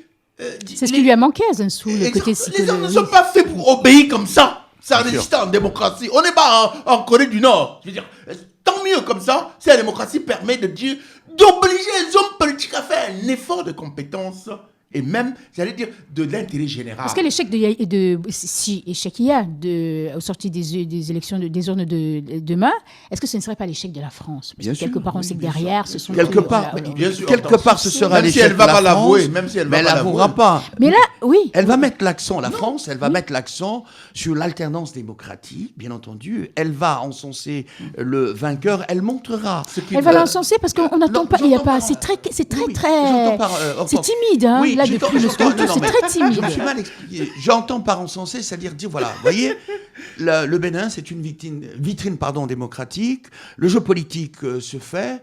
Il y a eu un vainqueur. Les élections ont été serrées et on va essayer, intérêt oblige et réel politique oblige, de travailler avec talon. Si Zinsou est élu, je pense que la presse française va en faire une Du sorte tyrambique, d'Obama hein. D'Obama africain, voilà, voilà, le tout à premier fait. français franco-africain, bien sûr. président, etc. Voilà. Bon, j'ai Donc, lu on ne quelques peut- articles dans Et certains valoriser la médias diaspora. français très critiques donc, sur Patrice Talon, qui rappelait tous les problèmes qu'il a. Patrice Talon a aussi des liens avec la France. Hein. Il ne faut pas... Ouais. Oui, pas bien se- C'est sûr. réfugié, C'est un c'est économiste. 3 ans avant de Bien sûr. rentrer de candidat. Et hein. semblerait-il qu'il a été. Et c'est grâce à Zinsou quand il est venu. C'est ce En que fait, je- pas oui, impossible. c'est entre C'est pas Fabius, impossible, ma chère. Zinsou C'est pas et Talon. impossible. Tout a été négocié au niveau du Quai d'Orsay pour lui Oui. permettre C'est vrai. de revenir d'une certaine manière. C'est pas Et, impossible. et Talon, lorsqu'il est revenu aussi, revenait aussi pour se positionner. Donc le débat Talon à Javon aussi était très présent dans le cadre de la campagne. Bon, aujourd'hui, c'est Talon contre Zinsou. Ce sont deux modèles, donc Zinsou qui reste, quoi qu'on dise, dans la continuité, et Talon qui veut incarner une rupture, mais cette rupture, c'est en même temps une forme de revanche personnelle. C'est-à-dire tout à qu'on a fait, l'impression Sonia qu'il veut le régler dans les urnes, ce qu'il devrait régler Régler devant les tribunaux. Les tribunaux. Et là aussi, c'est un gros souci qui se pose, puisque c'est pas bon Talon pour le a pays. des affaires contre l'État béninois, et s'il devient Absolument. président de la République, bon, Comment il y il aura va faire aussi un conflit d'intérêts, de la même manière qu'il y en a avec Zinsou, qui mène Absolument. campagne en étant Premier ministre, et donc en utilisant d'une manière ou Les- d'une autre les moyens de les l'État. moyens de l'État. Premier absolument. ministre, c'est le poste qui Qui n'existe n'existe pas dans la Anticonstitutionnel. Constitution. Voilà. Mais bien sûr. Et sera garant et ce et- monsieur sera garant de la Constitution. Et, sans et doute. personne ne dit rien. Voilà, même La quand communauté la campagne, les internationale. gens n'ont pas mis l'accent dessus. Et la communauté internationale dit rien. Et même en parlant de lui, en écrivant de lui mettre entre guillemets premier ministre. Il Oui. n'a pas été premier ministre. Et Parce pourquoi que- la communauté internationale ne dit rien? Parce qu'on estime que ce qui se passe en Afrique, c'est pas très grave. C'est pas très grave. oui. Ok, démocratie. Non, Ça, mais, moi, c'est comme ça. mais c'est vrai, c'est pas très Malheureusement, grave. c'est vrai, C'est C'est pas grave, on peut s'accommoder Que de même toutes les les autres. situations. On peut modifier les constitutions, modifier les périodes électives. C'est pas très très Y grave. compris les millions de morts au Congo De morts. RDC. Voilà. Personne n'a levé le doigt. Personne ne dit Des rien. millions. Ben oui. Mais parce que l'Afrique, Pour, c'est... pour une affaire c'est rien. qui l'a concerné pas directement, collatéralement des millions. Parce que Personne- non, quand c'est on terrible. essaie de Terrible. parcourir... Si je voulais être méchant, excusez-moi, voilà. Hortense, Oui. c'est chez les nègres. Terrible. Donc, si je voulais être méchant. Quand on essaie de parcourir les journaux, quand on entend les médias français, c'est un peu le calme plat. Bien sûr. Parce que si c'est Zansou qui avait eu autant d'alliances que je crois que tout le monde aurait dit qu'il a remporté les élections. Exactement. Mais là maintenant, on ne dit rien. Bien Talon, sûr. c'est ouvert. Ça, On c'est- voit la gêne. C'est ouvert. On attend. Très sincèrement, Entre nous, ça se Zansou est comprend, arrivé, malheureusement. Oui. avec l'outil de la France-Afrique derrière lui, Oui. je ne donnais pas cher de la peau du Bénin à un certain moment. Surtout quand j'ai vu tous les ralliements qui se succédaient. Et quand j'ai vu qu'il restait quand même des personnes qui ont fait opposition à Zinsou, je me suis dit que les choses seraient sans doute beaucoup plus compliquées. Mais je crois que réellement, Zinsou était persuadé de passer au premier tour et Yahi également. Et que ça a été une grande surprise de voir la manière dont le peuple béninois s'est levé, aussi bien au Bénin que dans la diaspora, puis aussi la manière dont les Africains non béninois Oui. ont également pointé le fait que Voilà. Zinsou, c'est une forme de recolonisation évidente. Évidente. Trop Du Bénin gros. par la Et France. si le C'est trop Koukao gros. se passait au second tour, dans le sens inverse? C'est-à-dire talon, Oui. vainqueur. Par KO. C'est-à-dire que le C'est-à-dire score... énorme. énorme Oui, KO. c'est ça, c'est Bien ça. sûr. Parce que tel que Un les peu choses ce se qui s'est- profilent, le score, c'est est-ce que ça. c'est possible ça aussi, Un le peu ce Koukao qui à s'était l'envers? Bien sûr. Un bien peu sûr. ce qui s'est passé au Bien Burkina Faso avec Rockmark. Caboret. Absolument, Oui, absolument. bien sûr. Tout est possible. Les urnes ont leur secret. Hein. Les Parce que urnes. déjà, alors il a eu une coalition de 21 partis autour de lui. Ça veut tout simplement dire que les militants n'ont pas suivi. Oui, mais Leur, arithmétiquement, ça l'a dit, si les choses sont respectées, oui, M. Talon est président de la République. Mais si, comme je dis, il y a encore là une campagne nocturne avec des pratiques nocturnes, des alliances nocturnes, j'ai bien peur que, enfin, Talon reste, je veux dire, reste en rade. Et que Est-ce que vous n'avez pas des nouvelles par que rapport aux Zinsou, tractations? Est-ce que les autres respecteront vraiment? Compliqué, hein. Les lecteurs, tu veux dire, les lecteurs de Ah base. non, non, déjà, D'accord. tous ces dirigeants, tous ces présidents de partis, les Alors, présidents d'opposition du coup, qui ont fait derrière, coalition autour de la personne de Zinsou, est-ce qu'ils vont respecter leur engagement? Mais il faut voir les gages qui donnent Talon justement à ceux qui le soutiennent. Parce que là aussi, on va discuter immédiatement au deuxième tour ce qui va se passer dans la formation du gouvernement. Parce que on ne soutient pas comme ça. La cuisine non, va mais être bien difficile. sûr, la bien cuisine sûr, électorale bien va sûr, être bien sûr, difficile. bien sûr. Et quel poste je vais occuper parce que Ah, bien ça sûr, se ça se passe comme ça, absolument. Partout d'ailleurs, Voilà, hein, il n'y a pas qu'en partout Afrique. d'ailleurs, C'est il pour n'y a ça pas qu'on qu'en utilise Afrique. le mot cuisine. Voilà, Absolument. c'est la cuisine électorale, donc la préélection. Quel poste je vais occuper? Quelle va être la politique? Quelle va être ma marge de manœuvre? Toutes ces choses-là seront discutées. Et c'est à la façon de Talon de répondre de façon intelligente à ces questions qu'il pourra ou ne pas gagner. Non, Et- c'est et- compliqué parce Oui, que dans oui, le oui, cas oui, du soutien à Talon, il y a beaucoup d'anciens ministres de Yahi Boni qui sont oui. également C'est présents. vrai, Donc, c'est vrai, c'est vrai. ce sont des personnes de l'ancien régime qui vont se recaser. Exactement. Voilà. Absolument. Et du côté Absolument. de Zinsou, il a eu des revirements en sa faveur. Par exemple, le syndicat des émis de gens du Bénin, les Taximoto, qui Oui, oui, était c'est ça. contre lui, Oui, a oui. décidé de changer d'avis bizarrement. Il y a aussi le fait que lui-même, Zinsou, était quand même contesté au sein de la mouvance présidentielle. au Absolument. départ. Il Tout le monde était n'était pas un d'accord. débat démocratique interne. Je pense que s'il y avait eu un débat démocratique interne à la Il n'aurait mouvance pas été- présidentielle, il n'aurait pas été pris. Pris. Il y a eu des primaires, à peu près. hein. Oui, mais Pareil. bon, Pareil. il a vraiment été présenté comme le dauphin et je Oui, pense oui, que ça a c'est ça, fait hein. beaucoup de Oui. déçus parce qu'il y avait De déçus et de beaucoup dégâts. d'autres- Et puis, Oui, de courtisans qui étaient derrière. hein. Ouais, mesdames et messieurs, je ne sais pas si vous avez compris leur maniement entre deux tours. Franchement, excusez-moi, j'ai pas une grande tête. J'ai pas compris ça. Si vous avez compris, vous m'expliquerez sorti de la table ici. D'abord que j'ai pas très bien compris. On m'a dit un gouvernement entre deux tours.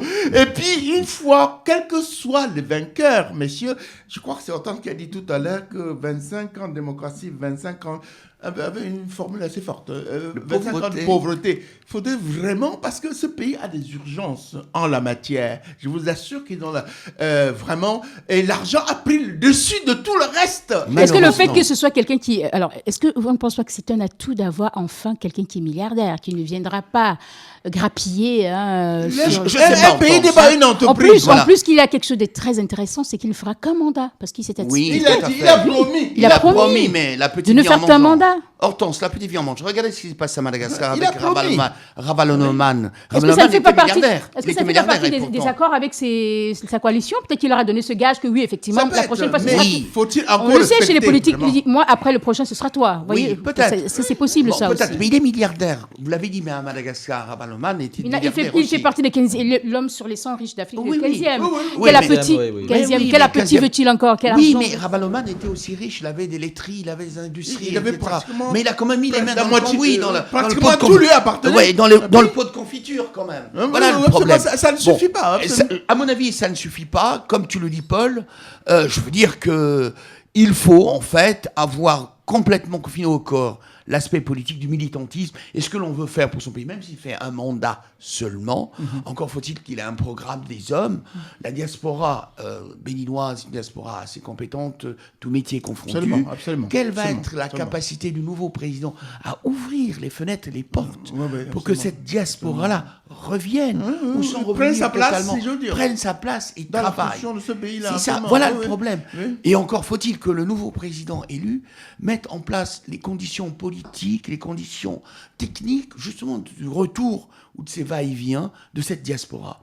Il n'y a pas que la diaspora. Comme a dit Hamza, il y a l'ancienne équipe. Comment travailler avec l'ancienne équipe? Parce que finalement, qu'est-ce qui va se passer avec ce score qu'il risque d'avoir s'il est élu, s'il est élu président de la République? Il va falloir en effet faire la part à la fois aux anciens caciques, aux femmes, aux jeunes et aux nouveaux venus. Est-ce qu'en un mandat, il va savoir mettre en place un équilibre politique et penser aux problèmes économiques et de développement? C'est pour ça. Je sais pas. On dit Je sais qu'il a pas, c'est promis pas compliqué. qu'il fera un mandat. Franchement, rien ne nous dit qu'il fera un Voilà, mandat. c'est qu'il tiendra compliqué. parole. Je sais pas ce qu'en pense Hamza. C'est compliqué, mais On est bon. en Afrique, si j'ose dire. Excusez-moi, Bon, mais... d'une part, le premier Voilà. point, je pense que nos élections, ce sont des tiroirs à milliards. On a dépensé dans ces élections peut-être 10 fois le budget annuel du Bénin. Du Bénin, Dans des bien sûr. finances, ce qui est C'est exact. incroyable, alors que cet argent Alors, aurait pu développer le pays. Absolument. D'autre part, je pense qu'effectivement, Monsieur Talon, sur un seul mandat, c'est séduisant. Oui, mais- C'est séduisant, mais c'est difficile. Je pense Bien qu'il sûr. doit s'attaquer à un certain nombre de points. Il a souligné dans le débat le fait qu'il fallait réformer l'administration par rapport au clientélisme. Ça, c'est réel. Il faut moderniser l'administration, informatiser l'administration. Ça passe par une politique énergétique audacieuse et ambitieuse. Ensuite, je pense qu'il y a effectivement la nécessité de mettre à plat les institutions. C'était l'un des points de vue d'une partie de l'opinion publique béninoise, c'est-à-dire choisir un candidat dont l'âge ferait qu'il serait frappé par la limite d'âge en cas de volonté d'un second mandat. Oui. Ça, c'était l'idée de prendre quelqu'un qui viendrait juste pour un mandat, mettre à plat les institutions, refonder, réinsuffler de l'énergie dans la fameuse constitution et relancer finalement le débat pour permettre l'émergence d'une nouvelle génération de dirigeants politiques. Et Puisque donc, ceux- dans cette affaire de promesse d'un mandat, il ne faut pas oublier aussi l'interprétation de la Constitution. On fait ce qui est arrivé à Macky Sall, qui, voulant, parce que c'est promesse, j'avais différé le mandat. Donc, on lui a dit non, mais la Constitution en vigueur, vous ne pouvez pas. Attendez, vous le ferez après. Parce Après. qu'on peut dire ça aussi. Et il attrape le bon au vol. Dans- Mais on m'a dit que je pouvais partir. Donc, je dois faire un deuxième Alors, mandat. le- Et éventuellement un troisième, un quatrième, etc. Le peuple béninois a une histoire particulière avec sa Oui, constitution qui fait que je pense que si quelque chose est mis dans la constitution, ça ne passera pas. Enfin, même si c'est un très bon président qui fait un mandat, il ne fera qu'un mandat si c'est mis dans la constitution. Le peuple est très intransigeant à ce niveau-là. Donc, à Est-ce mon que c'est sens, Pour l'instant, suffisant? ce Alors n'est moi, pas je vais dedans. revenir Pour là-dessus. l'instant, 5 c'est ans, pas est-ce que c'est ce n'est pas suffisant? dedans, effectivement. Est-ce que 5 ans, c'est suffisant Mais non, 5 ans, pour c'est- mener à bien Non. une politique? Pas du tout. Est-ce que c'est assez? La Est-ce que c'est réponse, assez? La réponse est évidente. Non, Non. évidemment. Bien sûr. Non, évidemment. Je ne suis pas de cet avis. Je ne suis pas de Oui. cet avis. Puisque 5 ans, Talon, sa mesure, en fait, c'est le coton. Hein, on a des campagnes cotonnières qui connaissent des cycles. 5 ans, c'est un cycle qui est intéressant du point de vue d'un certain nombre de structures qui peuvent déjà donner des premiers résultats. Et je pense que 5 ans, c'est pertinent. C'est pertinent s'il y a de la vision derrière, s'il y a des partis politiques derrière, d'autres hommes, d'autres femmes qui participent à cette vie politique. Maintenant, si on reste dans une personnalisation du pouvoir, bien évidemment, 5 ans, c'est pas Dieu assez. sait qu'il y en a en Afrique, Et la comme personnalisation. nous devons sortir de cette personnalisation du pouvoir, je pense qu'au contraire, il faudrait réellement entrer dans ces logiques de mandat unique de 5 ou 7 ans maximum. Oui, alors, Hortense, je vais revenir, excuse-moi oui, Paul, je vais je t'en prie, justement je t'en revenir prie. là-dessus. Je t'en prie. 5 ans ou 7 ans, un mandat, au vu Même de la septembre, situation politique, économique des pays africains. En fait, on dit Est-ce que vous qu'il vaut pensez, mieux est-ce un que vous mandat. pensez que c'est assez pour mettre en place un système éducatif dans la Voilà, plupart des pays qui est presque voilà. inexistant, un système de santé qui est pratiquement inexistant, un système, qu'est-ce que je voulais dire, peut-être même un problème de sécurité Oui, frontalier mais- au niveau de l'Afrique, parce que nous non. vivons aujourd'hui dans un continent insécure, de plus en plus. Est-ce que vous pensez qu'en 5 ans, Je ne crois pas. Hortense, c'est assez Ma Vous réponse, pensez Moi, je le pense Bon, parce alors, que... d'accord, on commence par le- vous, et puis la contradiction de monsieur. Moi, je chez le monsieur. pense Oui. parce que le cas contraire montre que des Oui. régimes qui ont fait 10 ans et même plus n'ont pas réussi à faire quoi que ce soit. Donc 5 ans, c'est un ultimatum, c'est un délai très précis. Et celui qui mène sa politique ne mène pas sa politique pour être réélu. Il mène sa politique pour réaliser ce qu'il a promis de réaliser en 5 normalement. ans. Est-ce qu'en 5 ans peut... Alors, mais- on va un instant, excusez-nous, on a quelqu'un en ligne qui Allô nous appelle pour ce qui se passe au Congo-Brazzaville. Oui, Allô? oui, ce que tu as dit. Oui, allô, bonjour madame. Oui, Bonjour. bonjour monsieur. Oui, écoutez, je suis monsieur Baudrissir Richard Anthony Eoulunga, Oui.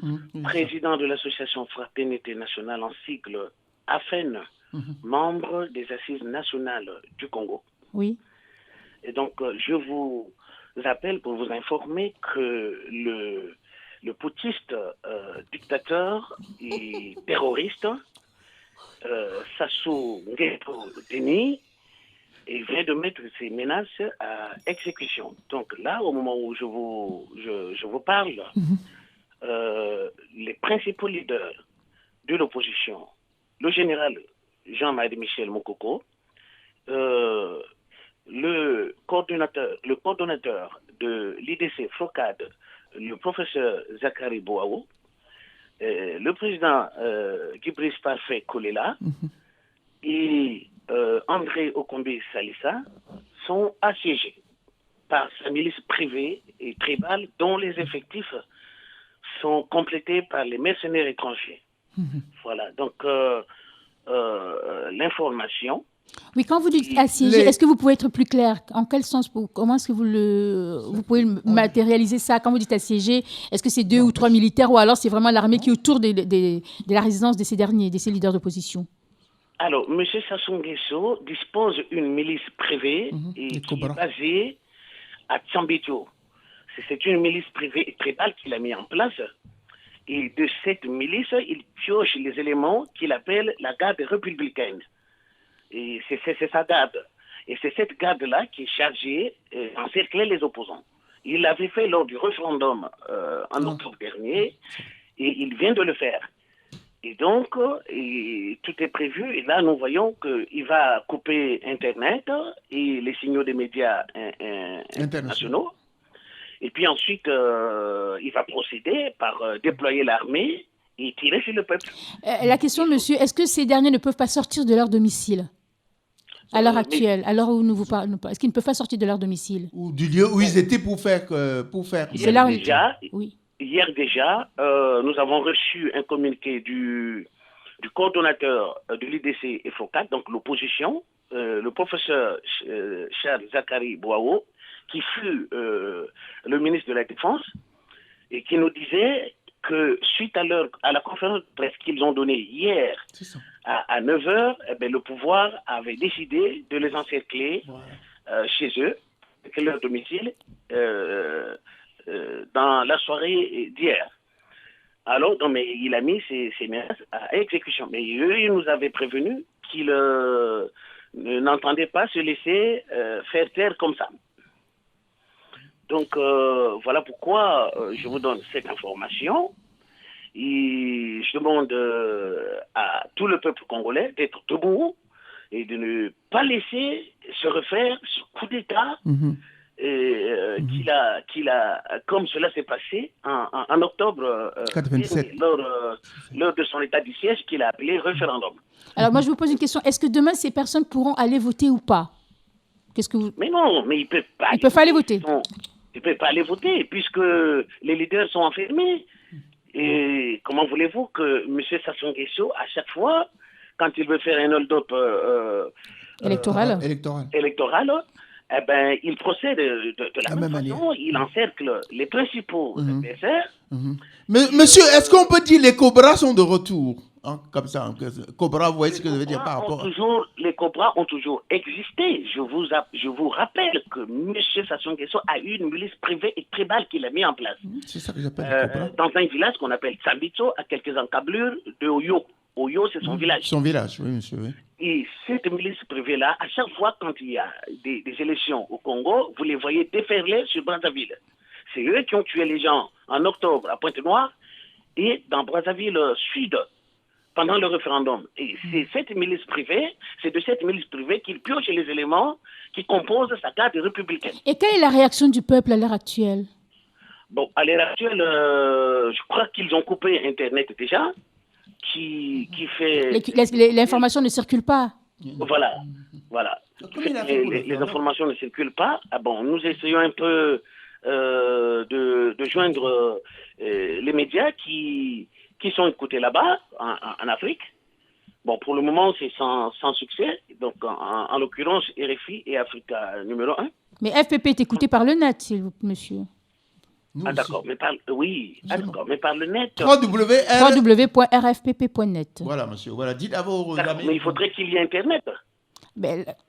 Effectivement. Absolument. Voilà. Effectivement. S'il coupe Internet. Mais si, et là, vous n'êtes pas encore sûr. Vous supposez que ça va être fait, mais pour l'instant, ça ne l'est pas encore. Qui va faire comme pour le référendum? En tout cas, hier, ils l'ont coupé le matin, et puis ils ont rétabli le soir. Et ce soir, ce matin, il y a un communiqué, il y a un courrier signé du ministre de l'Intérieur qui demande à tous les directeurs des opérateurs, de tous les opérateurs, de pouvoir procéder à la coupure des SMS et de l'Internet. Voilà. Et ici à Paris, vous qui faites partie de la diaspora, notamment de l'opposition, qu'est-ce que vous allez entreprendre, outre le fait d'alerter les médias? Qu'est-ce que vous allez entreprendre pour pouvoir médiatiser cette situation? Ouais, je comprends votre question. D'ores et déjà, nous avons prévu aujourd'hui, depuis au moins une semaine, de marcher de la place de Trocadéro et jusqu'à Venezuela, là où se situe notre ambassade, jusqu'à la place de Venezuela. Et cette marche a été programmée il y a longtemps. Mais donc aujourd'hui, elle va prendre une autre orientation par rapport à la nouvelle donne. Voilà. Et puis ensuite, on avait prévu 18h. À 18h, le FN, dont je suis président, soutient le général Mokoko. Avec d'autres structures, on avait prévu à 18h, après la marche, d'organiser une conférence dans le cadre de la campagne pour le général Mokoko à l'hôtel Holiday qui est situé à la porte de Clichy, donc métro 13. Voilà. Et donc, mais ces événements vont prendre une autre tournure par rapport à l'éventualité, voilà, par rapport à ce qui prévaut aujourd'hui dans le pays. Métro porte de Clichy, monsieur, pas 13, c'est la ligne. Métro porte de Clichy. Voilà, c'est là le métro. Métro, c'est porte de Clichy. Voilà, mais sur la ligne 13, absolument. Ouais. Écoutez, monsieur, nous vous remercions. Merci. Et une dernière question, est-ce que vous irez voter demain ou pas, compte tenu de la situation? Nous n'avons pas le droit de vote. Les Congolais de l'étranger n'ont pas le droit de vote. Les Français non, les votes de la diaspora ne sont pas pris en compte alors. Non, oui, non, pas droit de voter. Nous ne votons pas. Tous les Congolais qui sont à l'étranger ne votent pas. C'est ce qu'il voulait dire, absolument. Oui. Vous n'êtes pas seul dans ce cas, monsieur. Dans beaucoup de pays africains, c'est comme ça, monsieur. Mais un dernier appel, vous lancez, monsieur? Je lance donc un appel déjà à tous les Congolais de la diaspora. Et autres, pas seulement les Congolais, monsieur. Et oui, à tous les Congolais de la diaspora et les amis du Congo.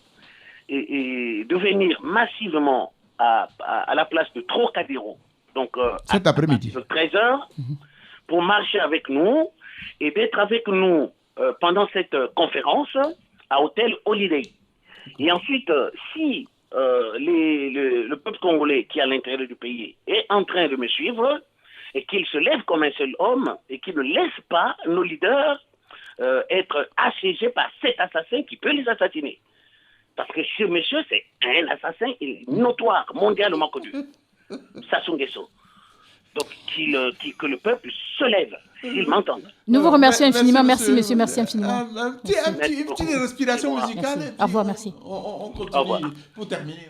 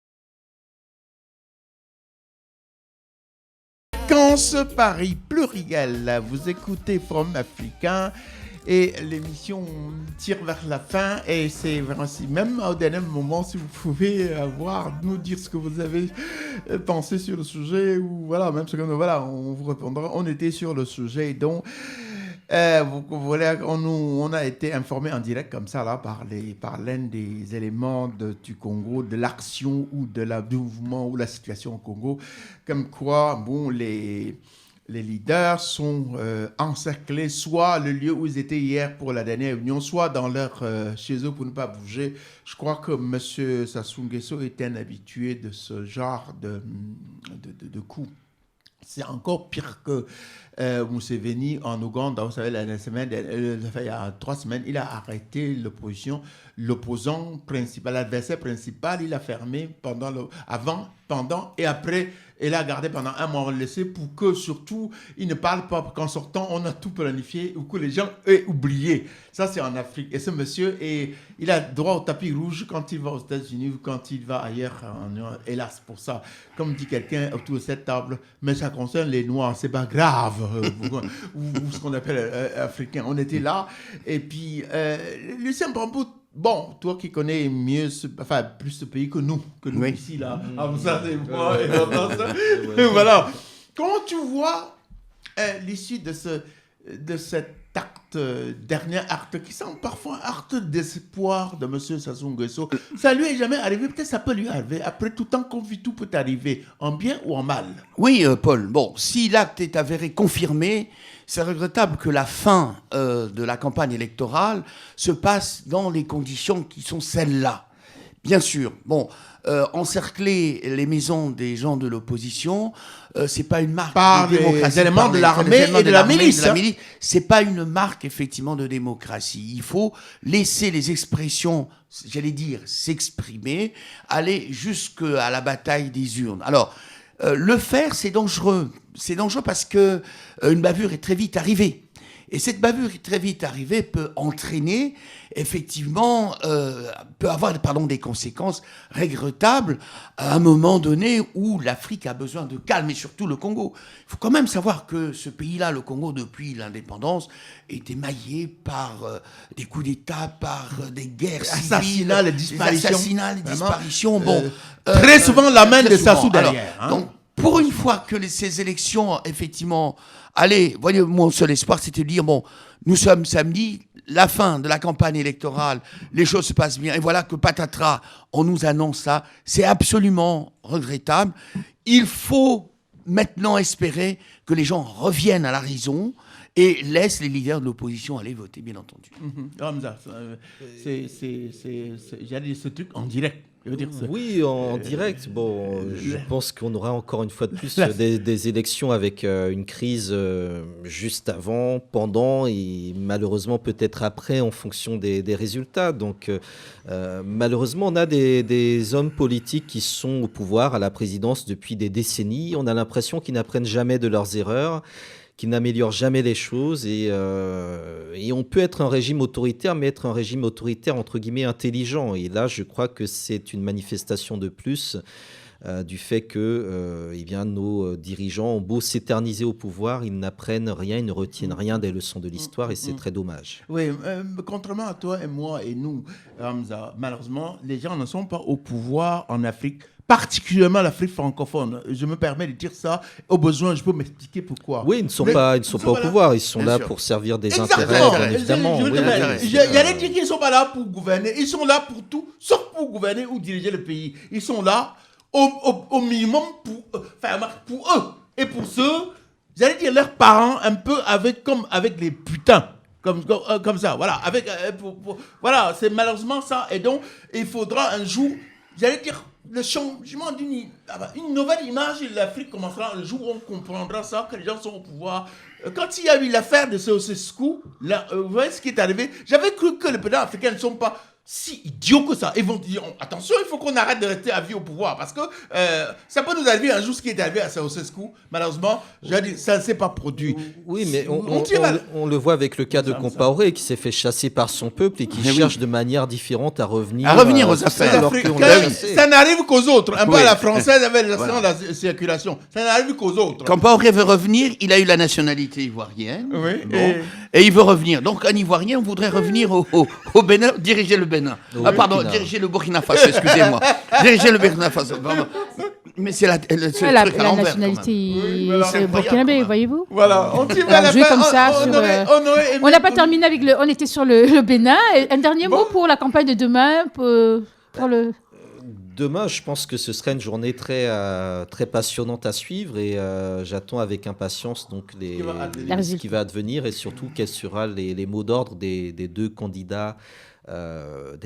Du face-à-face et surtout la manière dont Yahya Boni aussi va se retirer parce que son mandat court jusqu'à un certain moment. Ce qu'on a peur surtout, c'est qu'il y ait une vacance du pouvoir. Donc on espère que tout va bien se terminer, qu'il y aura une transition sérieuse et correcte, en bonne et due forme. Donc tout n'est pas terminé, tout ne se terminera pas demain. Ça va continuer. Mais que le président élu s'attaque aux véritables problèmes, l'éducation, la santé, les infrastructures et le développement. Le peuple a faim, le peuple a besoin de manger, d'envoyer ses enfants à l'école. Voilà ce que veut dire gouverner et faire de la politique. Et non pas simplement accepter de l'alternance pour l'alternance. Voilà, si on avait le temps pour répondre à la question Hortense, il faudra faire un débat dessus. Vous pensez qu'en 57 ans, on peut faire quelque chose? Difficile. Ma réponse, non, ma chère. C'est parce que l'État est une constitution permanente. Peu importe, on n'a pas à savoir, j'ai fait ce que j'ai promis ou pas. Vous partez et l'État est éternel, ça continue. C'est pas comme ça qu'il faut raisonner, il faut dire, la constitution, comme dit Obama, la constitution m'interdit, j'aime bien mon boulot, mais la constitution m'interdit de faire une demi-heure de plus, donc je m'en vais et l'État éternel, les autres continuent. Merci, rendez-vous samedi prochain, même les mêmes heures. Merci à Lucien. Merci beaucoup. Merci, rendez-vous du FAP. On vous remercie.